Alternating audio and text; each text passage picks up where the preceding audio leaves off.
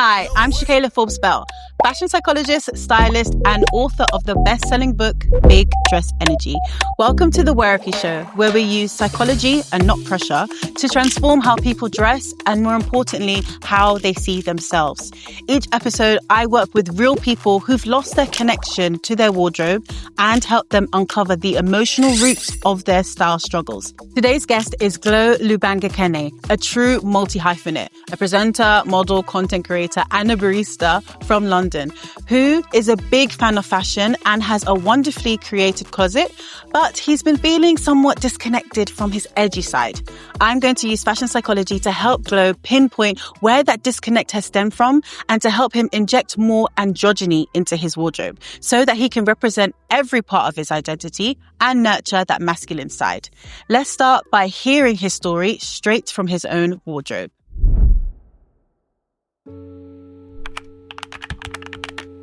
Glo.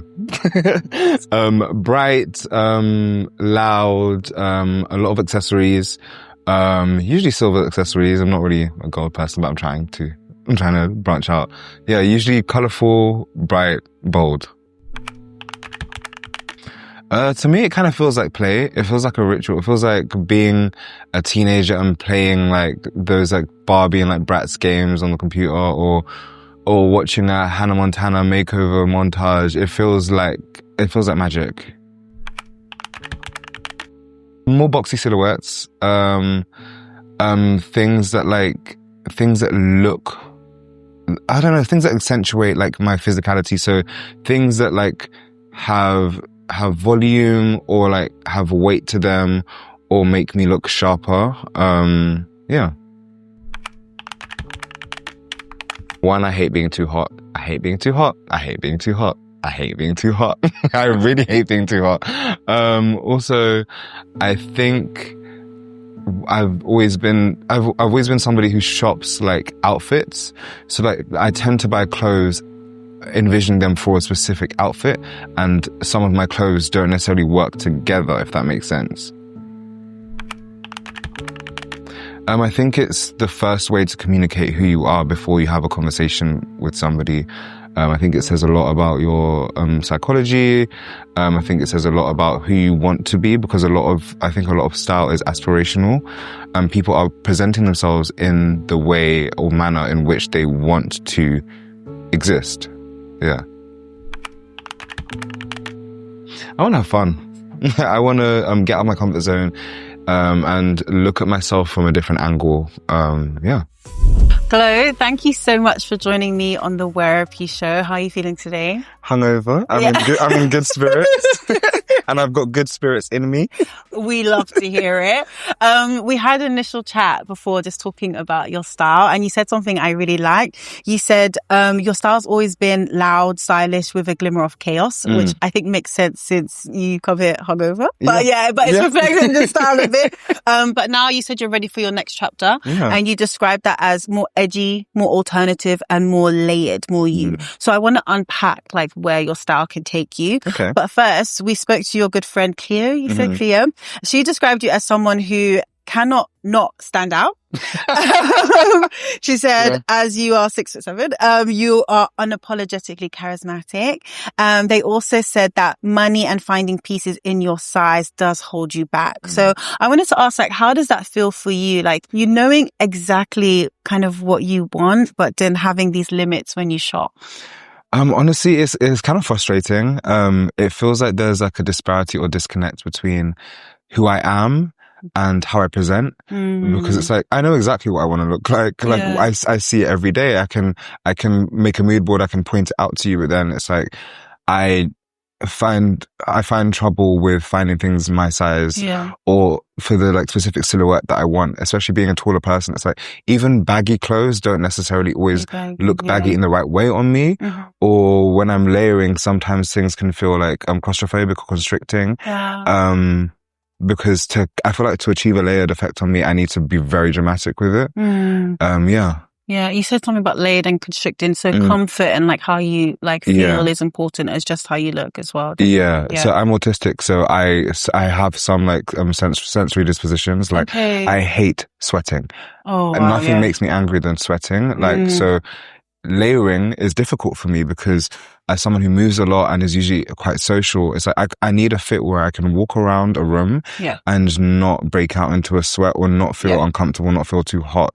Yeah. So it's that marriage between physical and emotional comfort. Yeah. And that ties into something else that Cleo said. They also said you're now surrounded by a community that understands you, and that it's a perfect time for a new look. Can you tell us a bit about this shift with this like new community that she's talking about? I literally moved out a couple of weeks ago. I was living at home with family, and it's the first time that I've lived out of home for about 7 years. Wow. I'm in a household that is currently all Black and queer. I really love it. It feels like a commune on the Garden of Eden. Like it's great. So it's now less so a thing of like feeling comfortable in my space and kind of almost like bringing myself up to speed with my new environment. It's like, okay, cool, you're here, you're queer, you're safe, everything's fun and fab, and you need to kind of catch up to that, because I think before I was almost holding myself back with my style because of the environment I was living in. Wow. And now that's not something I need to worry about. So I need to kind of I need to remind myself that I'm free in the way that I dress. Yeah. Oh, that's so beautiful. I'm so happy you're able to experience that now. And like you talked about, like you want to have this like more androgynous layered glow that represents that like new phase in your life. So like what specifically does that chapter look like for you?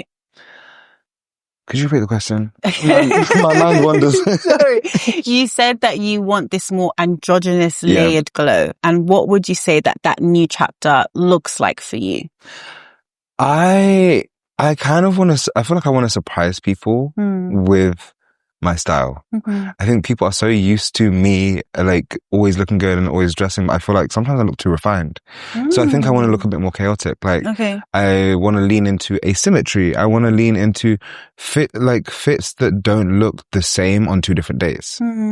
And I think layering is one thing that really helps achieve that, because when you layer, you're almost leaving some things up to chance and gravity and movement. Yeah, of course. So I want to surprise people and myself. Yeah. And I know like your friends are going to be so supportive and hyping you up. But do you feel like your family have been equally supported when you want to wear looks that maybe blur the lines, compared to when you wear looks that are a bit more masculine? Oh, absolutely not. My cousins, cool, fab, they love it. When I was living with my mum, it would always be like a point of contention where I knew as I was getting ready, I would have it in the back of my head that, oh, I'm going to end up having an uncomfortable conversation today. Or, you know, sometimes timing my exit to when my mum is in the kitchen, or almost like making myself late to force myself to have to rush out the door. So that I wouldn't even have time to have a discussion or altercation about what I was wearing. I think it was more so with my accessories and hair than necessarily the actual like clothes I was wearing.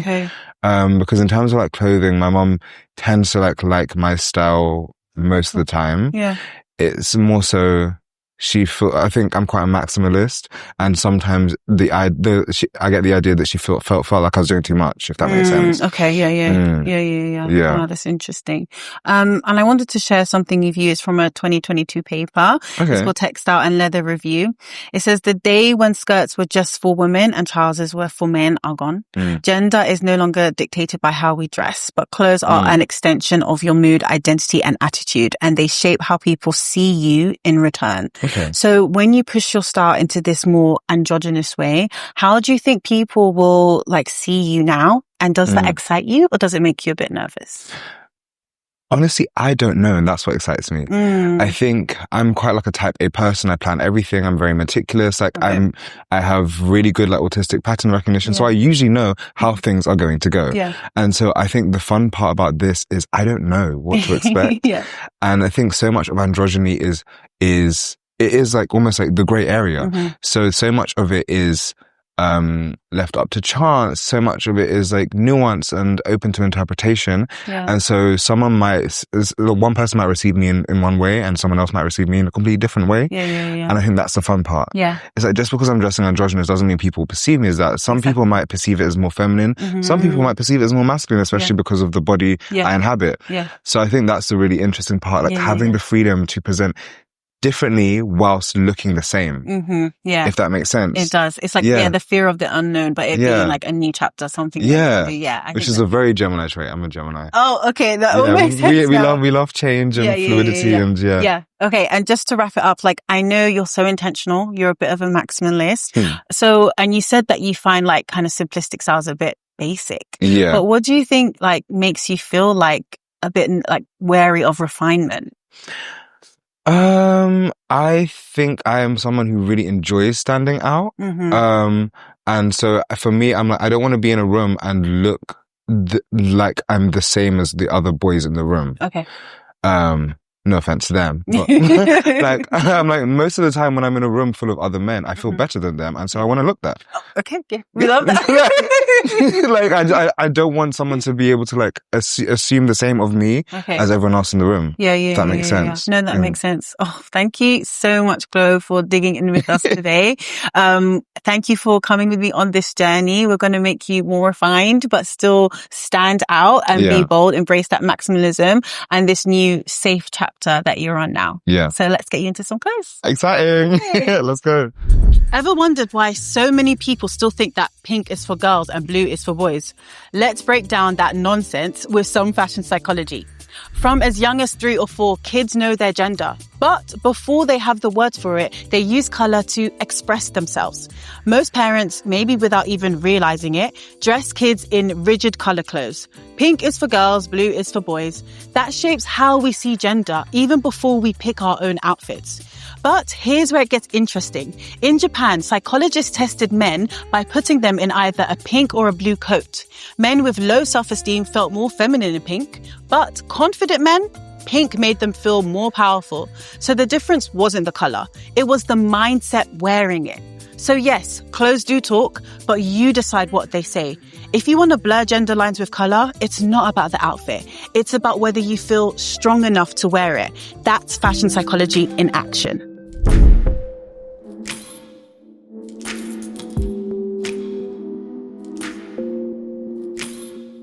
Oh my God. No, you actually look like a new person. Actually, you did a fantastic job. Oh, I just love everything about this. It's actually giving more simplistic and refined. But still edgy. Yeah. So should we get some clothes on now? Yeah. All right, let's go. All right, Glo, come on out.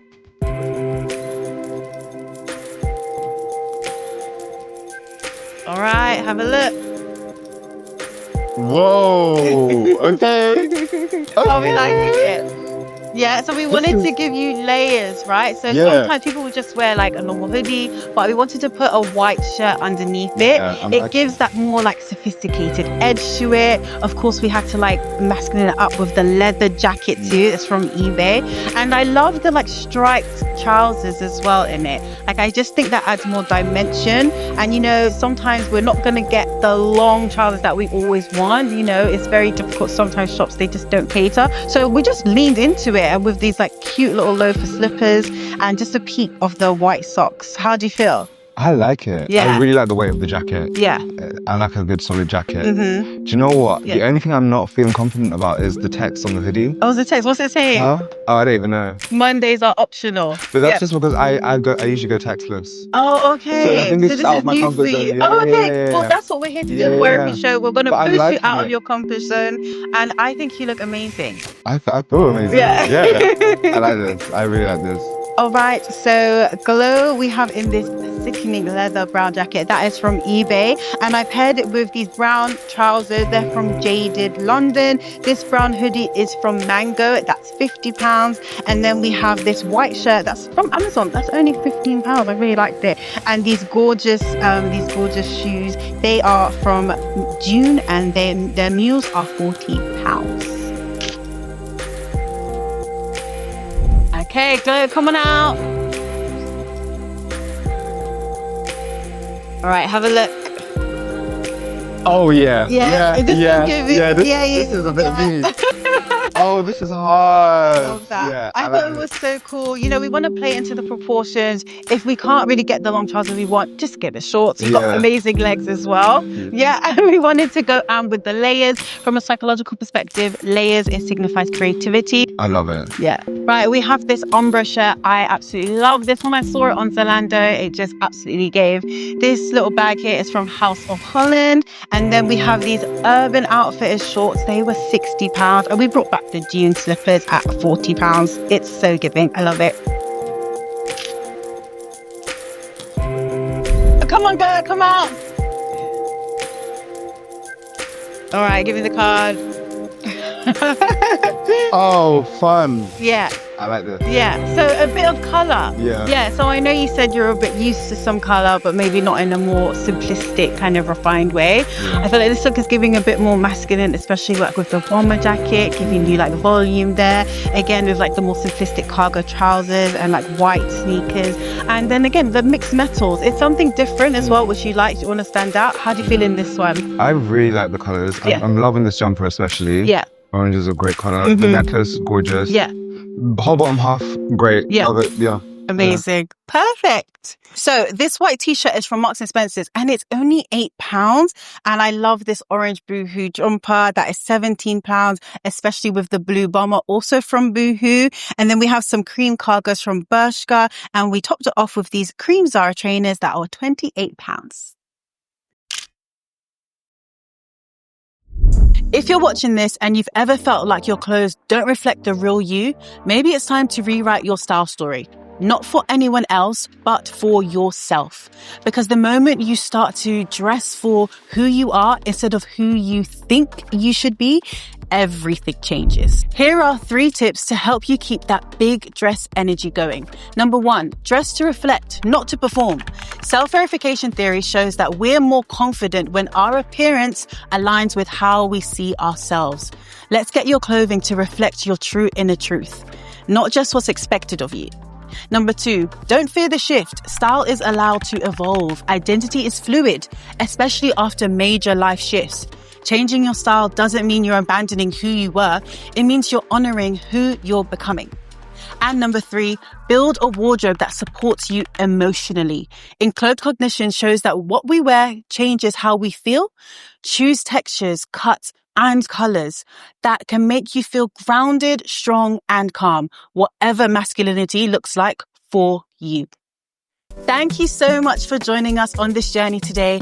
If you love the transformation and want to explore psychology behind your own wardrobe, don't forget to like, comment, and subscribe for more. Remember, you can mindfully shop the looks on today's episode and use these insights in real life. If you want to be our next guest, check out the information in the caption. And if you want to expand your fashion psychology knowledge, make sure you check out our full range of online courses at fashionIsPsychology.com. And remember, style isn't about looking perfect, it's about feeling powerful.